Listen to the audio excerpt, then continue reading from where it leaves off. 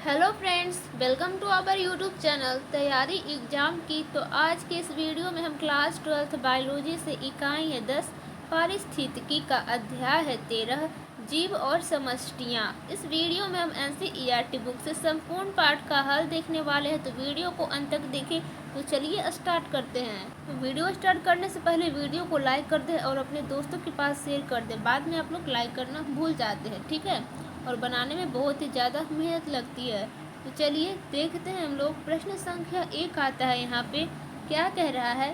शीत निष्क्रियता यानी कि हाइबरनेशन से उबरती यानी कि डायपॉज किस प्रकार भिन्न है? ठीक है, तो देखिए उत्तर हो जाएगा यहाँ पे। शीत निष्क्रियता कम ताप से बचने के लिए कुछ जीवों द्वारा अपनाई जाने वाली निम्न उपापचयी दर की असक्रिय शीत निद्रा है। शीत निष्क्रियता द्वारा भालू, मेढक आदि जैसे पृष्ठवंशी प्राणी जीवित बने रहते हैं। ठीक है, प्रतिकूल परिस्थिति यहाँ पे देखिए, कम ताप या अधिक ताप, जल की कमी जैसी समस्याओं से बचाव के लिए झील और तालाब के अनेक प्राणी, प्लवक, ठीक है, प्रजातियां तथा कुछ कीट यहाँ पे अपृष्ठवंशी निलंबित परिवर्धन की स्थिति में आ जाती है। इस स्थिति को उपर्ति कहते हैं। आगे आता है यहाँ पे, इसके द्वारा ये सूक्ष्म जंतु प्रतिकूल परिस्थिति का सामना करते हैं। अब आइए हम लोग चलते हैं प्रश्न संख्या 2 की ओर। देखिए, अगर समुद्री मछली को अलवण जल यानी कि फ्रेश वाटर की जल जीवशाला, ठीक है, यानी कि एक्वेरियम में रखा जाता है, तो क्या वह मछली जीवित रह पाएगी? क्यों और क्यों नहीं? तो देखिए इसका जो उत्तर हो जाएगा कुछ इस तरह से हो जाएगा। समुद्री उपास्थि मछली की कोशिकाओं की परासरण सांद्रता अधिक अर्थात समुद्री जल की सांद्रता के समान होती है, अर्थात आइसोटोनिक होती है। जब समुद्री मछली को अलवणीय जल की यहाँ पे जल जीवशाला में रखते हैं तो इन्हें परासरणी समस्याओं का सामना करना पड़ता है। कोशिकाएं जल जीवशाला से अत्यधिक मात्रा में जल का अंतः परासरण करने लगती है। इसके कारण उनके शरीर यहाँ पे द्रव्य तनु हो जाते हैं, ठीक है, और उनकी आंतरिक पर्यावरण बनाए रखने की क्षमता समाप्त हो जाती है, अतः मछली मर जाती है। ये संरूपण करने वाले जीव हैं जो जलीय सांद्रता के एक सीमित परास को ही सहन करने की क्षमता रखते हैं। आगे देखिए यहाँ पे, शार्क व रे में इस प्रकार की अनुक्रिया होगी। अस्थिर समुद्री मछलियाँ लगातार समुद्री जल पीकर उससे शरीर में अधिक मात्रा में पहुँचे लवणों यानी कि Na+ या Cl- को शरीर से निकालती रहती है, ठीक है, पॉजिटिव नेगेटिव बोल सकते हैं। इस प्रकार की मछली पर भी स्वच्छ जल में रखने का घातक प्रभाव होगा, अतः समुद्री मछली अलवणीय जल में अधिक समय तक जीवित नहीं रह पाएगी, ठीक है, और ये क्वेश्चन परीक्षा के दृष्टिकोण से महत्वपूर्ण है, तो इसे आप लोग ध्यान रखें। देखिए प्रश्न संख्या 3 आता है। लक्षण प्ररूपी यानी कि फिनोटाइपिक अनुकूलन की परिभाषा दीजिए, एक उदाहरण दीजिए। उत्तर हो जाएगा यहाँ पे प्रेक्षणीय लक्षण, ठीक है, लक्षण प्ररूपी यानी कि फिनोटिपिक लक्षण कहलाते हैं। अतः किसी जीव के वह आकारिकीय, शारीरिक, कायिकीय या व्यावहारिक लक्षण जो उसे किसी पर्यावरण विशेष में रहने व सफल प्रजनन में सक्षम बनाते हैं, लक्षण प्रारूपी अनुकूलन कहलाते हैं, ठीक है। मछलियों का नौकाकार शरीर, पंछियों के पंख फिनोटिपिक अनुकूलन है, ठीक है, पक्षियों के पंख फिनोटिपिक अनुकूलन है। ओके, देखिए प्रश्न संख्या 4 है। अधिकतर जीवधारी 45 डिग्री सेंटीग्रेड से अधिक तापमान, ठीक है, पर जीवित नहीं रह सकते। कुछ सूक्ष्म जीव माइक्रोब ऐसे आवास में जहां तापमान 100 डिग्री सेंटी अधिक है, ठीक है, कैसे जीवित रहते हैं, ठीक है। अब देखिए यहाँ पे उत्तर में हो जाएगा तापमान यानी कि एंजाइम्स की क्रियाशीलता को प्रभावित करता है। एंजाइम्स आधारीय उपापचय को प्रभावित करते हैं। सामान्य तथा जीवधारी 45 डिग्री सेंटीग्रेड तापमान के अधिक तापमान सहन नहीं कर पाते क्योंकि एंजाइम्स का विकृतीकरण हो जाता है, लेकिन कुछ जीव तापमानों के व्यापक परास यानी कि चरम को सहन करने में समर्थ होते हैं, ठीक है। आगे यहाँ पे जैसे कुछ जीवाणु और शैवाल गर्म जल स्रोतों में जीवित रहते हैं, ऐसे जीवधारियों को पृथुतापी कहते हैं। इन जीवों में ताप अस्थायी एंजाइम पाए जाते हैं जिन पर उच्च ताप का प्रभाव नहीं पड़ता। इनकी कोशिका कला के शाखित श्रृंखला लिपिड व कोशिका भित्ति भी अधिक ताप सहने के लिए अनुकूलित होते हैं। बहुत कम या बहुत अधिक तापमान को सहन करने की क्षमता उनके जीन गुणों पर निर्भर करती है। ठीक है, आइए हम लोग चलते हैं प्रश्न संख्या 5 की तरफ। यहाँ पे उन गुणों को बताइए जो व्यष्टियों में तो नहीं पर समष्टियों में होते हैं। तो देखिए उत्तर हो जाएगा समष्टि में कुछ ऐसे गुण होते हैं जो व्यष्टि में नहीं पाए जाते, जैसे जन्म दर, मृत्यु दर, लिंग अनुपात, आयु संरचना, आयु पिरामिड व समष्टि आकार। व्यष्टि जन्म लेता है, इसकी मृत्यु होती है, लेकिन समष्टि की जन्म दर और मृत्यु दर होती है। समष्टि में इन दरों को क्रमशः व्यष्टि जन्म दर और मृत्यु दर कहते हैं। जन्म और मृत्यु दर को समष्टि के सदस्यों के संबंधों में संख्या में वृद्धि या ह्रास के रूप में प्रकट किया जाता है। जैसे किसी तालाब में गत वर्ष जल लिली के 20 पौधे थे और इस वर्ष जनन द्वारा 8 नए पौधे और बन जाते हैं। ये लाइन रिपीट हो गया तो इसे आप लोग न लिखे। वर्तमान में समष्टि 28 हो जाती है, तो हम जनन दर की गणना 8 से भागा देंगे 20 में, तो हो जाएगा बराबर 0.4 संतति प्रति जल लिली की दर से करते हैं। अगर प्रयोगशाला समष्टि में 50 फल मक्खियों में से 5 व्यष्टि किसी विशेष अंतराल जैसे 1 सप्ताह में नष्ट हो जाती है, तो इस अंतराल में समष्टि में मृत्यु दर 5 से भागा देंगे 50 में। ठीक है, तो बराबर में आएगा 0.1। ठीक है, तो व्यष्टि की फल मक्खी प्रति सप्ताह कहलाएगी। ओके, आगे चलते हैं हम। समष्टि की दूसरी विशेषता लिंग अनुपात अर्थात नर एवं मादा का अनुपात है। सामान्यतः समष्टि में यह अनुपात 50:50 होता है, लेकिन इसमें भिन्नता भी हो सकती है। मनुष्य में लिंग अनुपात को 1000 पुरुषों पर स्त्रियों की संख्या के रूप में अभिव्यक्त किया जाता है। जीव स्वयं केवल नर या मादा होता है। ठीक है, आगे है यहाँ पे निर्धारित समय में समष्टि भिन्न आयु वाले व्यष्टियों से मिलकर बनती है। यदि समष्टि के सदस्यों की आयु वितरण को आलेखित किया जाए तो इससे बनने वाली संरचना आयु पिरामिड कहलाती है। पिरामिड का आकार समष्टि की स्थिति को प्रतिबिंबित करता है। पहला में है क्या यह बढ़ रहा है, दूसरा में स्थिर है या तीसरा में घट रहा है। जीव में यह गुण नहीं होता। ठीक है, आगे यहाँ पे समष्टि का आकार आवास में उसकी स्थिति को स्पष्ट करता है। यह सजातीय, अंतरजातीय, प्रतिस्पर्धा, पीड़कनाशी, वातावरणीय कारकों आदि से प्रभावित होता है। इसे तकनीकी भाषा में समष्टि घनत्व से स्पष्ट करते हैं।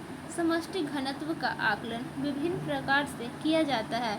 आगे देखिए यहाँ पे किसी जाति के लिए समष्टि घनत्व आकार निश्चित नहीं होता, यह समय समय पर बदलता रहता है।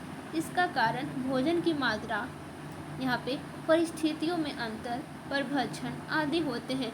समष्टि की वृद्धि 4 कारकों पर निर्भर करती है, जिनमें जन्म दर और आप्रवासन समष्टि में वृद्धि करते हैं, जबकि मृत्यु दर तथा उत्प्रवासन इसे घटाते हैं। यदि आरंभिक समष्टि NO है तो NT एक समय अंतराल है तथा T बाद की समष्टि है।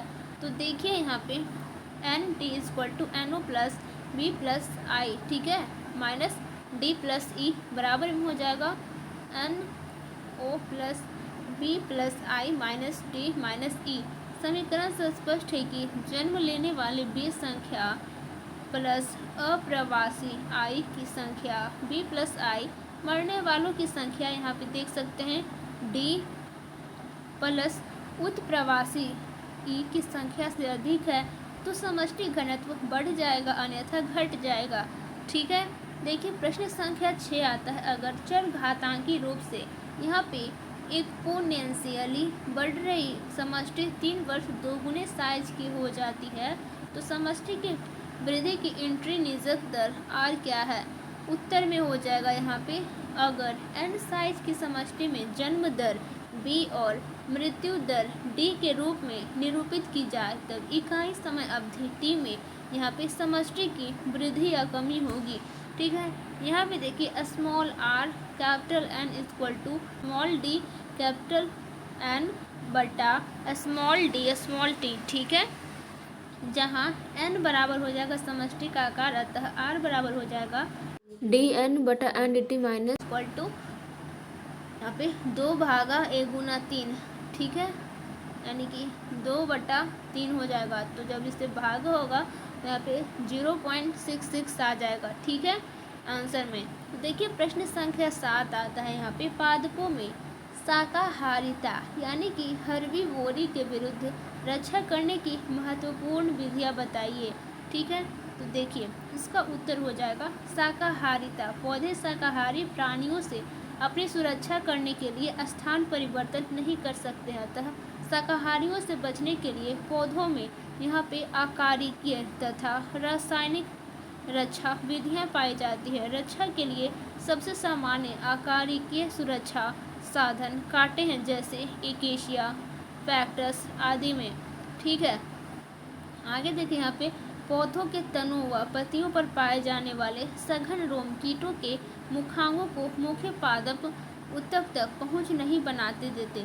ठीक है, अतः यह एक सुरक्षात्मक उपाय है। अनेक पादपों में ऐसे रसायन उत्पादित एवं भंडारित किए जाते हैं जिनको खाने पर शाकाहारी बीमार हो जाते हैं। ठीक है, इनकी पाचन क्रिया मंद हो जाती है, जनन अंग प्रभावित होते हैं और कभी कभी शाकाहारी की मृत्यु भी हो जाती है। ठीक है, जैसे यहाँ पे है कैलोट्रोपिस खरपतवार में विषाक्त ग्लाइकोसाइड होता है, यह हृदय घातक होता है। इस कारण बकरी या अन्य पशु इस खरपतवार को नहीं खाते। पौधों से प्राप्त विभिन्न रासायनिक पदार्थ जैसे निकोटीन, कैफीन, अफीम, यहाँ पे स्ट्रिक्नीन आदि वास्तव में शाकाहारिता से बचने की रक्षा विधि है। ठीक है, देखिए प्रश्न संख्या 8 आते हैं यहाँ पे आर्किड पौधा आम के पेड़ की शाखा पर उग रहा है। आर्किड और आम के पेड़ के बीच पारस्परिक क्रिया का वर्णन आप कैसे करेंगे? तो देखिए उत्तर में हो जाएगा यहाँ पे आर्किड तथा आम के वृक्ष के मध्य संबंध सहभोज्यता कहलाता है। इसमें आर्किड को तो लाभ होता है लेकिन आम के वृक्ष को न लाभ होता है और न ही हानि होती है। यहाँ पे अधिपादप आर्किड आम के वृक्ष की शाखाओं पर उगता है लेकिन इससे कुछ भी प्राप्त नहीं करता। इसकी आर्द्रता ग्राही जड़ें वायुमंडल से नमी का अवशोषण कर लेती है। ठीक है, अब देखिए प्रश्न संख्या 9 है कीट पीड़कों यानी कि पेस्ट या इंसेक्ट के प्रबंधन के लिए जैव नियंत्रण विधि के पीछे क्या पारिस्थितिक सिद्धांत है? ठीक है, और ये परीक्षा के दृष्टिकोण से महत्वपूर्ण क्वेश्चन है। हो सकता है आपके फाइनल बोर्ड एग्जाम में ये क्वेश्चन पूछ दे। ठीक है, तो उत्तर हो जाएगा कीट पीड़कों के प्रबंधन के लिए अपनाए गए जैव नियंत्रण उपाय परभक्षी की शिकार समष्टि यहाँ पे नियमन की योग्यता पर आधारित पारिस्थितिक सिद्धांत है।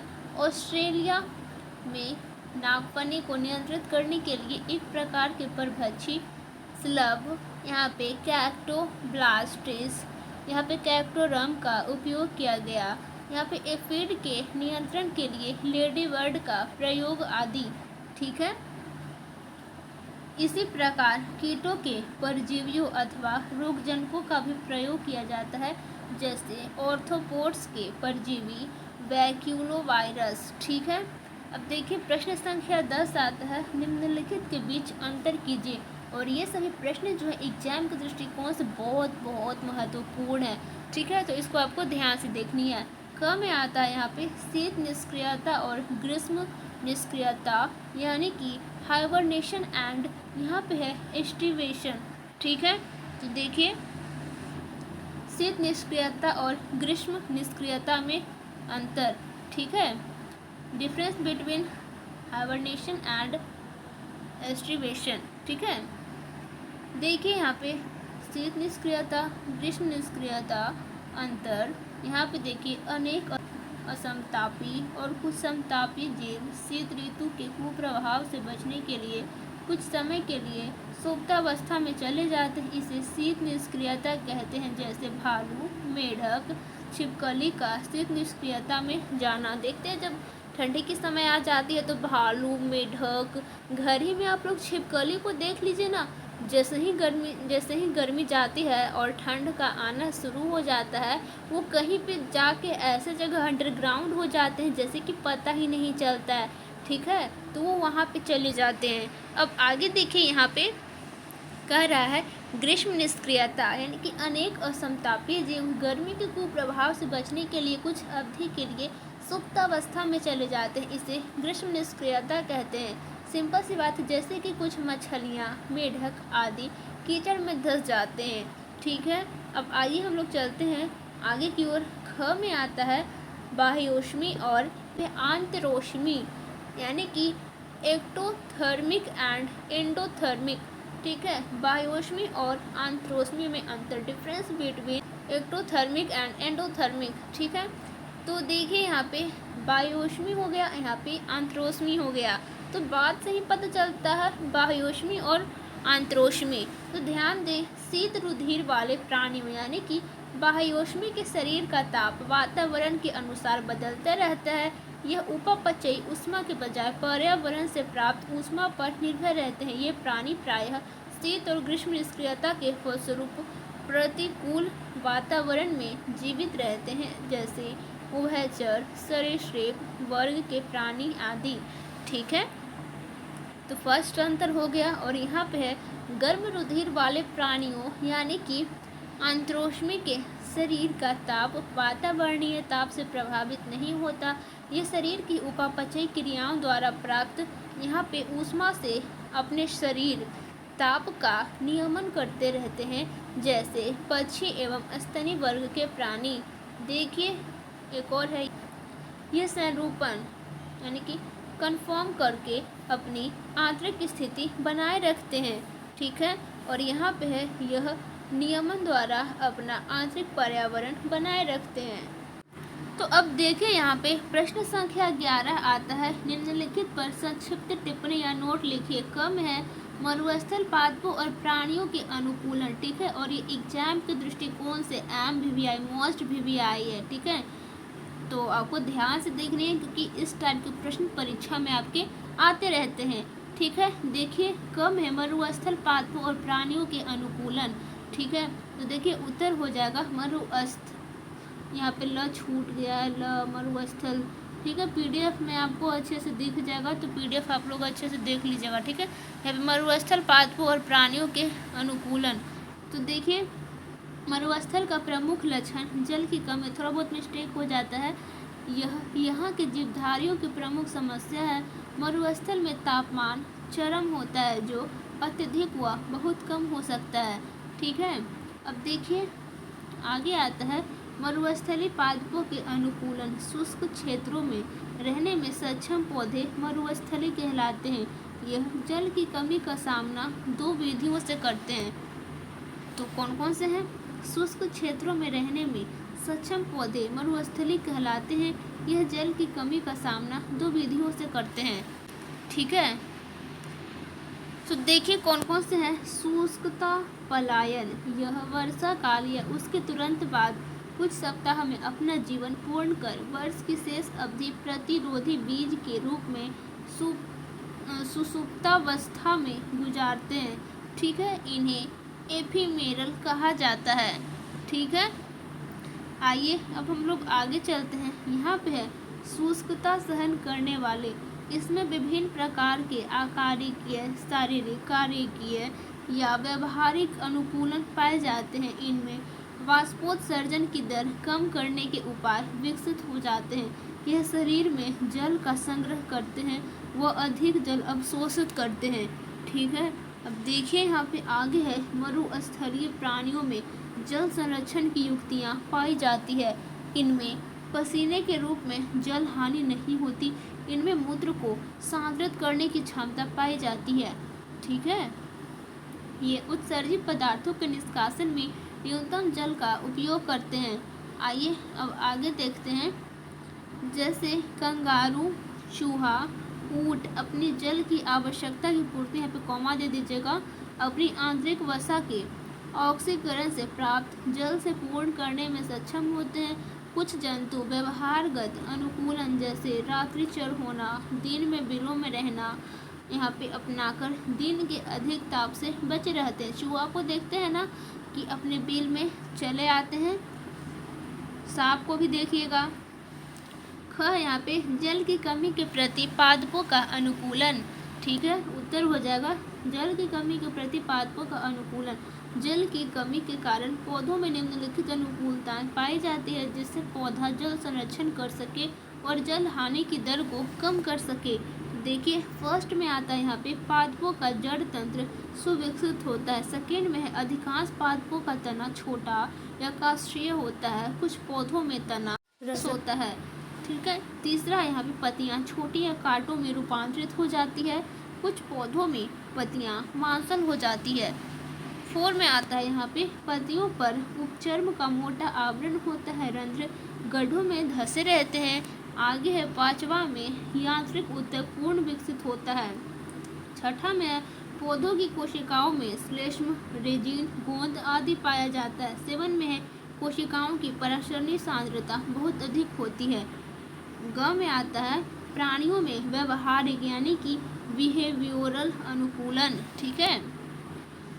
उत्तर हो जाएगा प्राणियों में व्यावहारिक अनुकूलन, यानी कि ये कुछ समय के लिए अधिक अनुकूल स्थानों पर चले जाते हैं, इसे प्रवास कहते हैं। जैसे साइबेरिया तथा अन्य अत्यधिक ठंडे उत्तरी क्षेत्रों से प्रवासी पक्षी राजस्थान स्थित यहाँ पे है केवलादेव राष्ट्रीय उद्यान भरतपुर में पहुँचते हैं, ठीक है।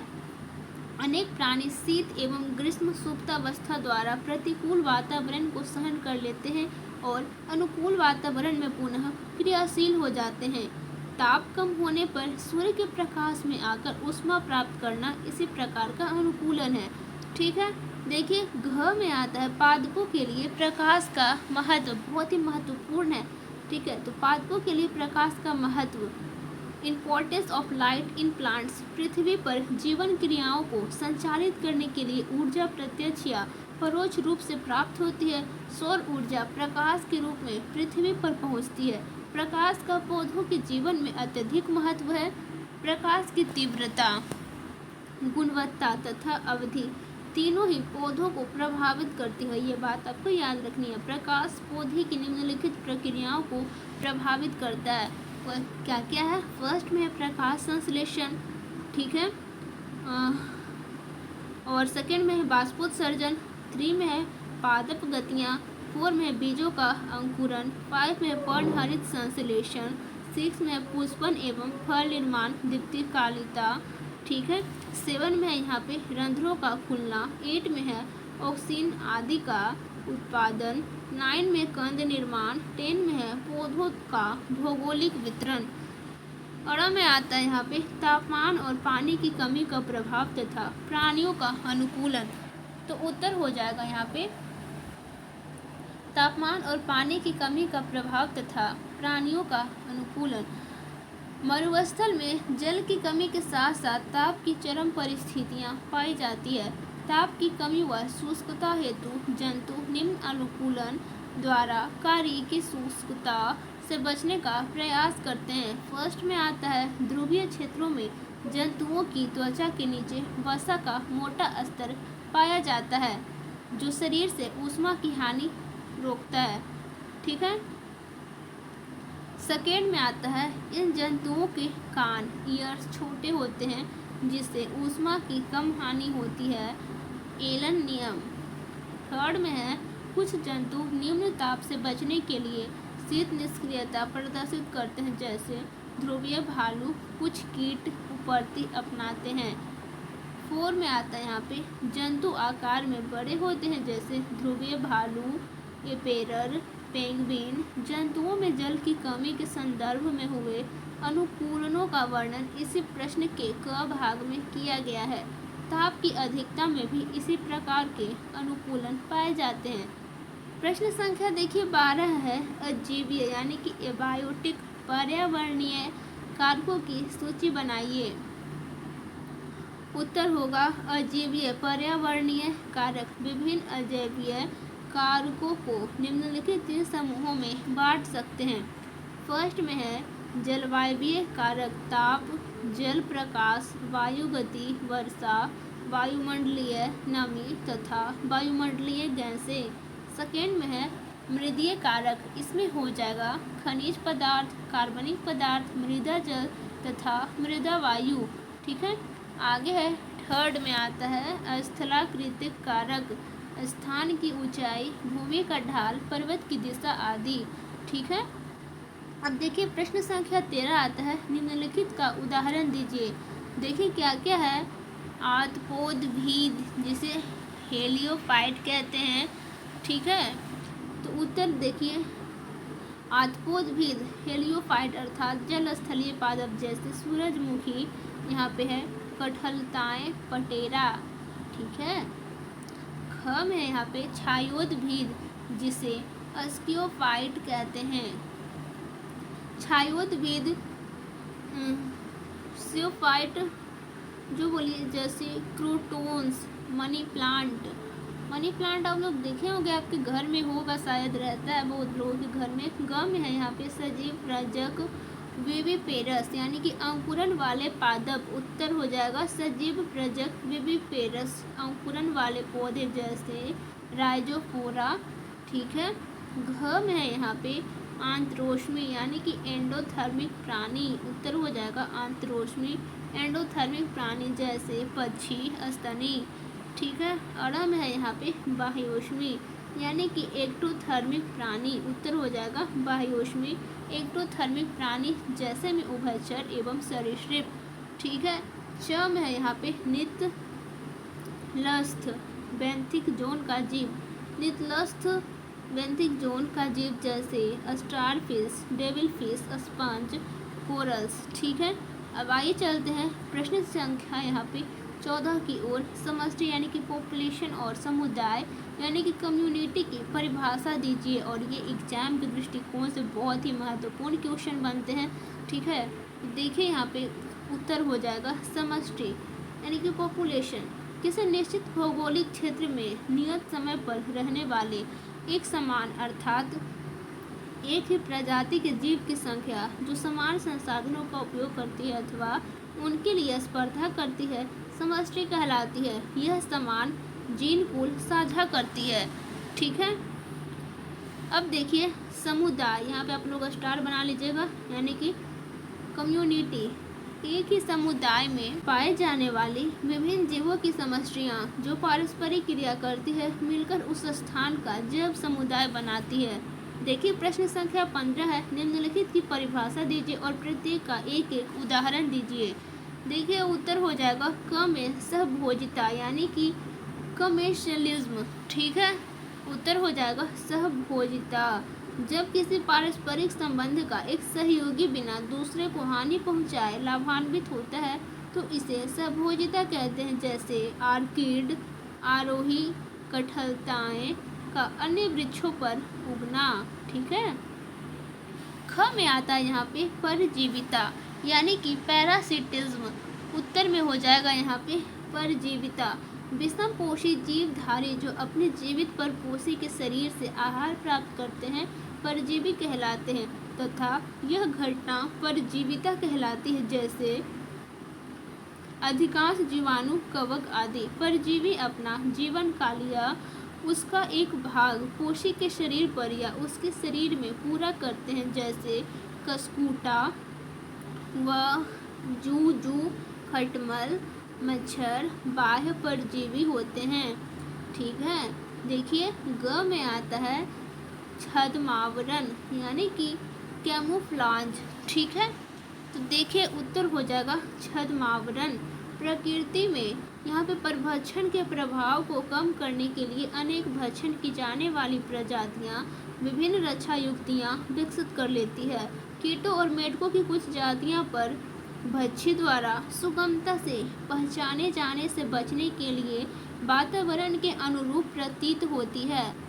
छद्मावरण ये अपने वातावरण में सुगमता से पहचानी नहीं जाती अनेक कीटों के लार्वा, प्यूपा आदि शाखाओं से चिपके रहते हैं। ये शाखाओं की भांति प्रतीत होते हैं। कुछ कीट के पंख आदि पत्ती सदृश हो जाते हैं और इस प्रकार छद्मावरण स्थापित कर लेने के कारण शिकारी से बचे रहते हैं। घ में आता है यहाँ पे सहोपकारिता यानी कि म्यूचुअलिज्म। ठीक है, तो उत्तर हो जाएगा सहोपकारिता, म्यूचुअलिज्म। यह दो प्रजातियों के मध्य अस्थायी संबंध है जिसमें पारस्परिक कार्य की निर्भरता होती है। इसमें दोनों को लाभ होता है। जैसे फर्स्ट में आता है यहाँ पे देखिए आप लोग, शैवाल और कवक के मध्य सहोपकारिता से लाइकेन का निर्माण होता है। सेकेंड में उच्च वर्ग के पौधों तथा नीले हरे शैवाल के मध्य सहोपकारिता। थर्ड में आता है उच्च वर्ग के पौधों एवं जीवाणुओं के मध्य यहाँ पे सहोपकारिता। फोर में आता है यहाँ पे दीमक तथा ट्राइकोनिम्फा यानी कि प्रोटोजोआ के मध्य सहोपकारिता। अड़ में आता है यहाँ पे अंतरजातीय स्पर्धा। ठीक है, इंटर स्पेसिफिक कंपटीशन। उत्तर हो जाएगा अंतरजातीय स्पर्धा, इंटर स्पेसिफिक कंपटीशन। डार्विन के प्रकृतिवाद में जीवन संघर्ष और योग्यतम की उत्तरजीविता एक महत्वपूर्ण तथ्य है। जीवन संघर्ष सजातीय, अंतरजातीय और वातावरणीय होता है। अंतरजातीय और वातावरणीय होता है, इसे कट कर दें। ठीक है, क्योंकि ये 2 बार रिपीट हो चुका है। अंतरजातीय संघर्ष में निकटतम रूप से संबंधित जातियां विभिन्न संसाधनों के लिए प्रतिस्पर्धा करती है। जैसे दक्षिण अमेरिका की कुछ उथली झीलों में आगंतुक यहाँ पे फ्लेमिंगो और वहीं की आवासीय मछलियाँ साझा आहार झील में उपस्थित प्राणी प्लवक के लिए स्पर्धा करती है। खेत में फसल व खरपतवार के बीच की स्पर्धा भी अंतरजातीय स्पर्धा का उदाहरण है। ठीक है, अब देखिए यहाँ पे प्रश्न संख्या 16 आता है। उपयुक्त आरेख यानी कि डायग्राम की सहायता से लॉजिस्टिक यानी कि संभार तंत्र समष्टि पॉपुलेशन वृद्धि का वर्णन कीजिए। उत्तर हो जाएगा संभार तंत्र यानी कि लॉजिस्टिक वृद्धि। प्रकृति में किसी भी समष्टि में संसाधन सीमित ही होते हैं, अतः समष्टि में चरघातांकी वृद्धि नहीं होती, क्योंकि सीमित संसाधनों के कारण व्यष्टियों में प्रतिस्पर्धा होती रहती है। प्रतिस्पर्धा के कारण योग्यतम जीवित रहते हैं और जनन करते हैं, जबकि अयोग्य नष्ट होते रहते हैं। किसी भी प्राकृतिक आवास में अधिकतम संभव संख्या के पालन पोषण के लिए यहाँ पे पर्याप्त संसाधन होते हैं और इससे आगे और वृद्धि संभव नहीं होती। उस आवास में उस जाति के लिए इस सीमा को प्रकृति की पोषण क्षमता यानी कि के मान लेते हैं। आगे की बात करें तो यहाँ पे है किसी आवास में सीमित संसाधनों के साथ वृद्धि कर रही समष्टि आरंभ में पश्चाताप अवस्था लॉग फेज को दर्शाती है। इसके पश्चात त्वरण और मंदन और अनंततः अंतरस्पर्शी प्रावस्थाएं आती है, जब समष्टि घनत्व पोषण क्षमता तक पहुंच जाती है। ठीक है, यहाँ पे आता है समय, जिसे टी के संदर्भ में n का आरेखीय सिग्मोइड वक्र बन जाता है। इस प्रकार की समष्टि वृद्धि संभार तंत्र यानी कि लॉजिस्टिक वृद्धि कहलाती है। इसे निम्नलिखित समीकरण से स्पष्ट करते हैं। ठीक है, देखिए समीकरण है स्मॉल डी कैपिटल N बटा small T equal to small r capital N, यहाँ पे ब्रैकेट में k माइनस n बटा में k। ठीक है, तो देखिए n बराबर हो जाएगा समय t पर समष्टि घनत्व, r बराबर हो जाएगा प्राकृतिक वृद्धि की दर यानी कि इंट्रिंसिक दर, k बराबर हो जाएगा पोषण क्षमता को प्रदर्शित करता है, d बराबर मृत्यु दर और b बराबर जन्म दर।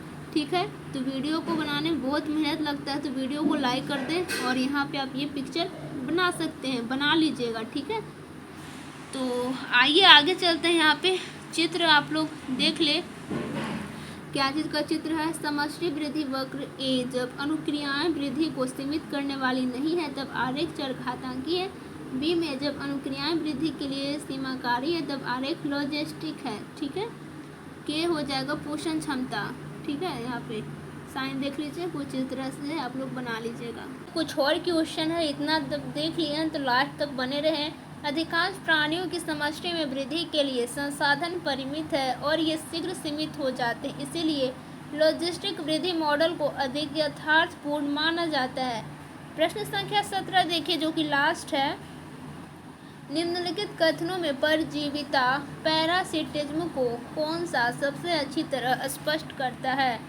एक और क्वेश्चन होगा। क में है एक जीव को लाभ होता है, ख में है दोनों जीवों को लाभ होता है, ग में एक जीव को लाभ होता है दूसरा प्रभावित नहीं होता है, घ में है एक जीव को लाभ होता है दूसरा प्रभावित होता है। तो उत्तर हो जाएगा यहाँ पे घ, यानी कि एक जीव को लाभ होता है दूसरा प्रभावित होता है। ठीक है, देखिए प्रश्न संख्या 18 जो कि लास्ट है। सही में समष्टि यानी कि पॉपुलेशन की कोई 3 महत्वपूर्ण विशेषताएं बताइए और व्याख्या कीजिए। एग्जाम के दृष्टिकोण से महत्वपूर्ण क्वेश्चन है।